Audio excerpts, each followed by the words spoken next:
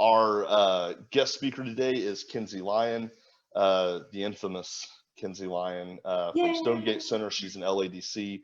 She is going to be sharing some information about family roles. So as I kick it over to Kensie, if you have not shared the feed yet, do that now. Kensie, it is all yours. Hey, thanks, Derek.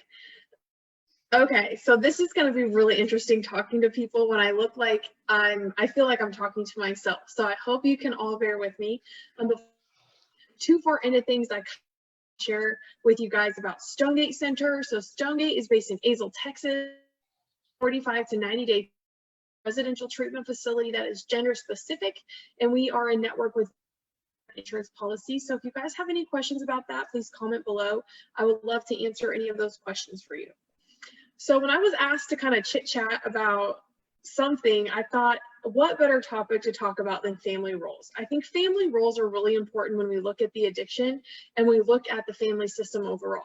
I know you guys are probably very familiar with the term that addiction is a family disease. And so I kind of want to talk about the family roles and see if you personally identify with one, if you look at your family system or what you've learned from that process.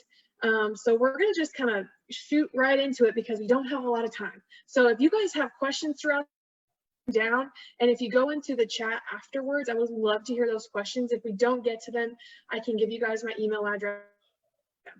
Okay, so here we go. So there are 6 family roles when it comes time to family systems and addiction. And I'm a very visual person, so I'm going to kind of explain things for those of you that are visual as well. So the first family role we're going to talk about is the addict. Now, I know a lot of you can relate to this one, and a lot of you probably already know what I'm about to say. So if you're a visual person, what the addict is let's say we're on a stage, okay? The addict is going to be on top of a ladder, and it's going to be all about him or her. It's going to be all about them. And they are the ones who control everything by the manipulation, by the responses to things, and just kind of, they just control the whole family system as a whole. They live in a constant state of chaos, which can be very overwhelming for the family itself. There's not a lot of consistency in that. And because of that, their primary way to cope and their primary way to live life on life's terms is to drink or to use. And that can create a lot of animosity along the way. Anytime they have a problem, a quick drink will fix it. Anytime they have a problem, a quick pill will fix it. It's kind of a vicious cycle, as all of you know. As a result of living in the addict role, bridges are burned.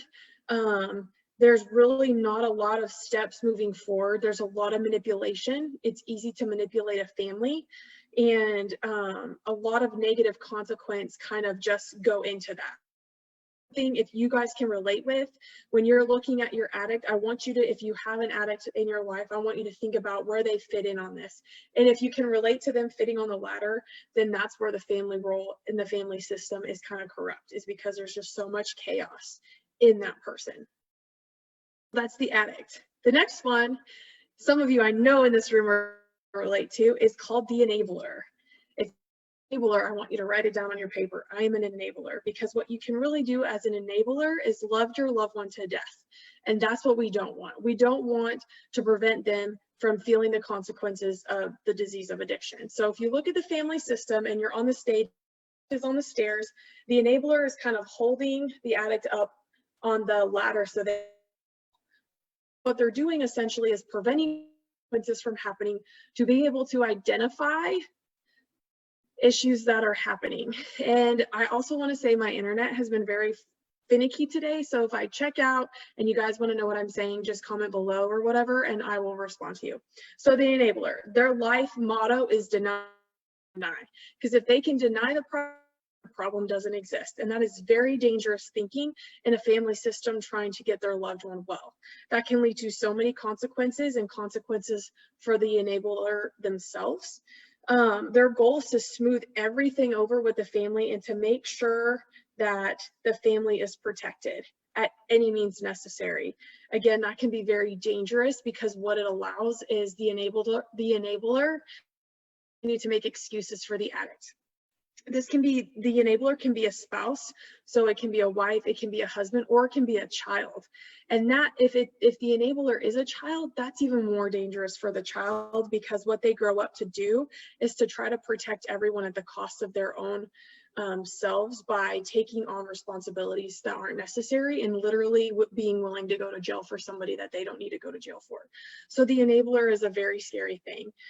I'm sure, like I said, a lot of you can relate to it. It's those dangerous thinking of, well, if they just have a safe place to live, they're going to be fine, right? So what you're doing essentially is providing them a safe place to drink and to use.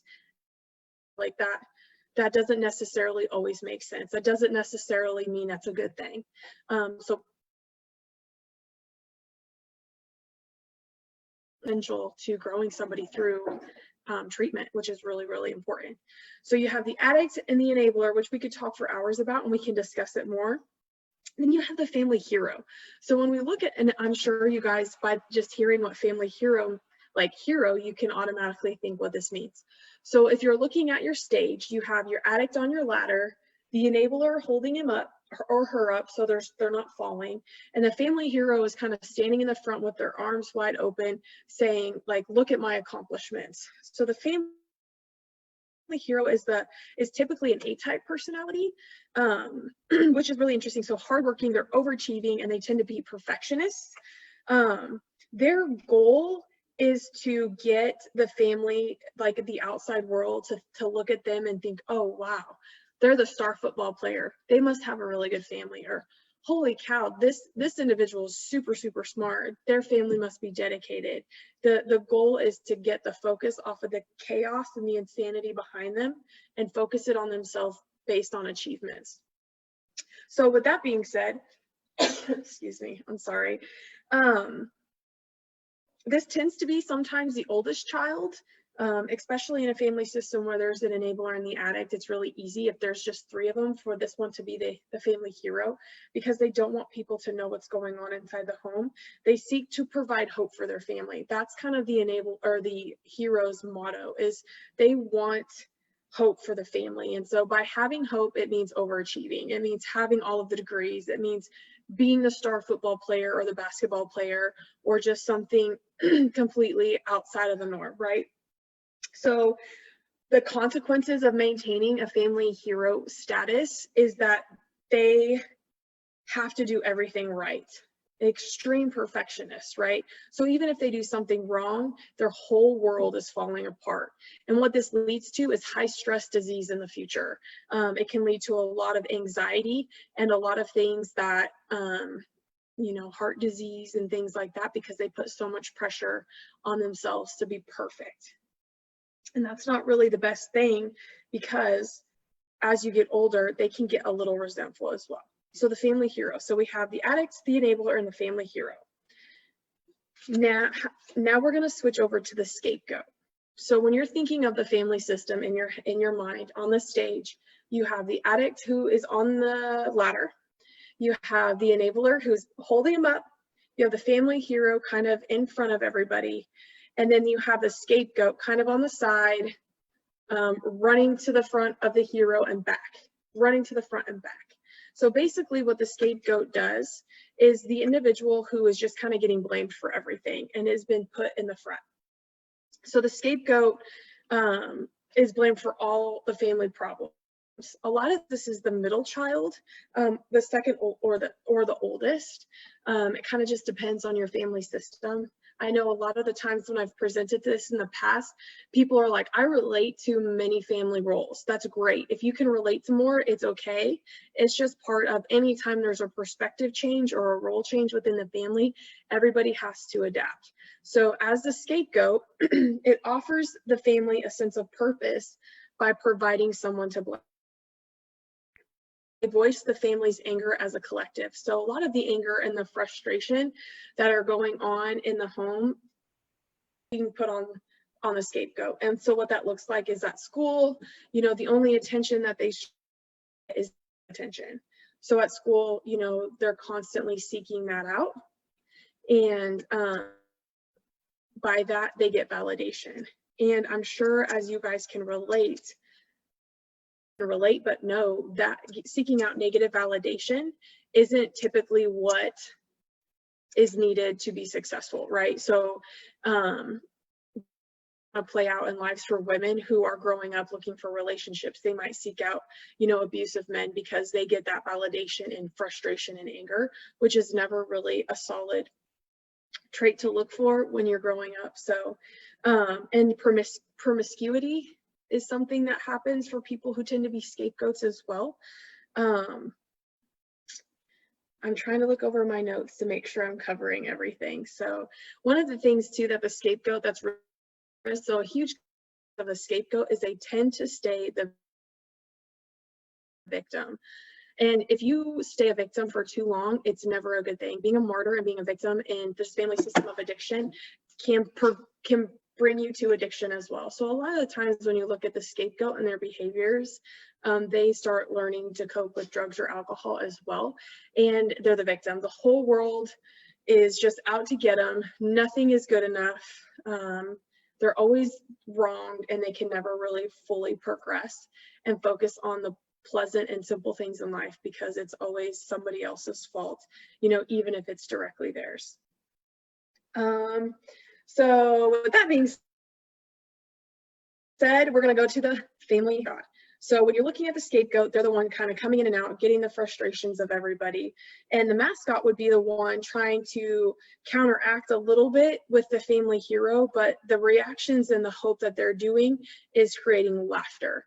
So by doing that, what they're doing is taking some of the intensity away. I know a lot of you are probably thinking of somebody right now who you can identify as a mascot, and exactly what I'm saying is exactly what the mascot is. So they tend to be the class clown,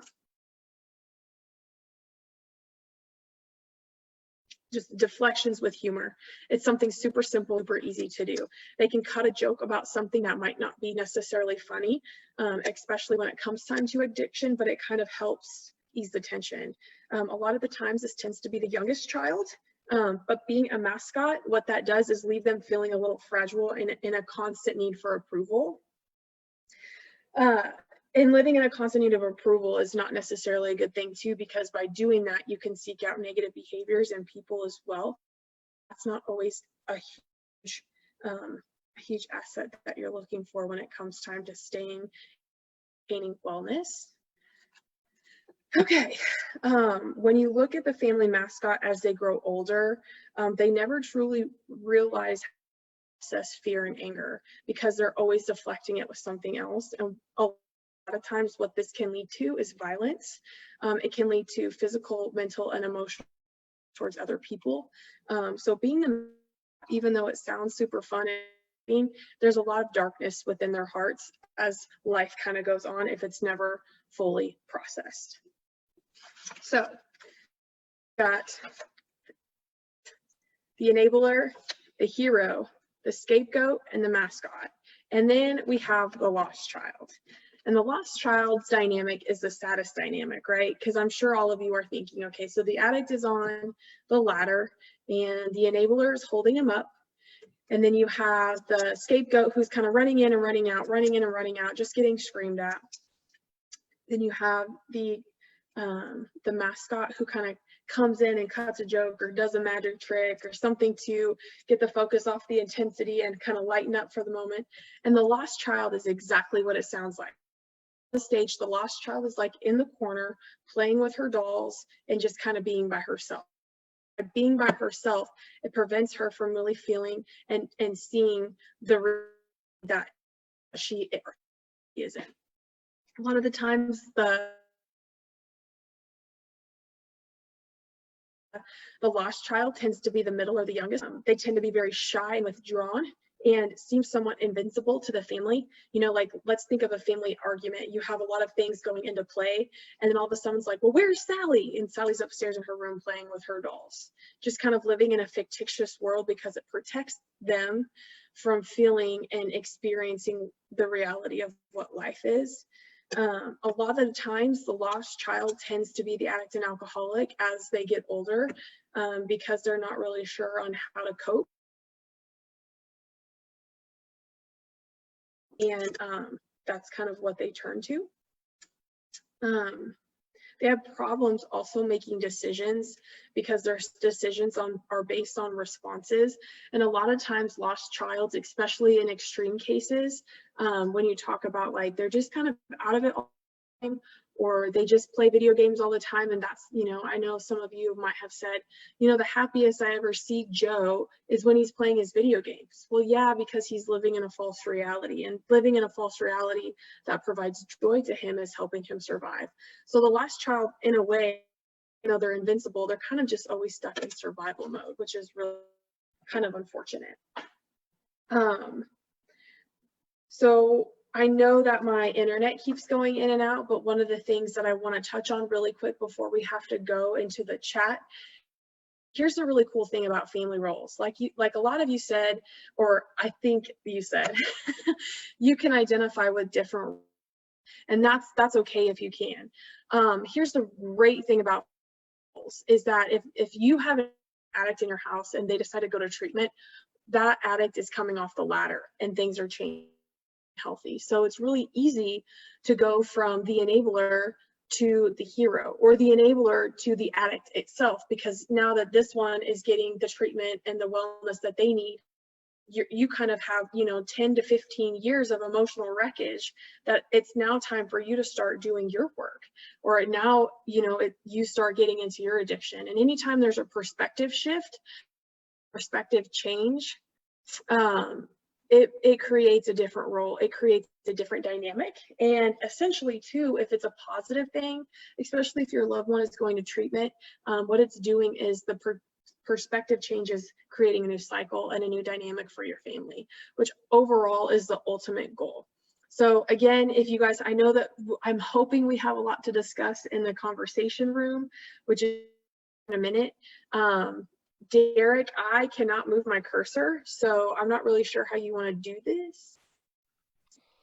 I can't fix your cursor problems, but I can pop back into the video feed real quick. Okay. So, yeah, thanks for joining us. Lots of great information about family roles. A ton of things that we can be discussing and digging into. So if you want to join us for the live Q&A meeting, if you're interested in digging into these topics and seeing all of the other families that participated face-to-face and talking together, jump over to that Zoom room. I have commented the Zoom ID and password in the Facebook feed. I've also sent that in the chat directly to the people that are already watching in Zoom. So we will see everybody there here in just a few moments. We look forward to catching you again in like 30 seconds. Bye, everybody.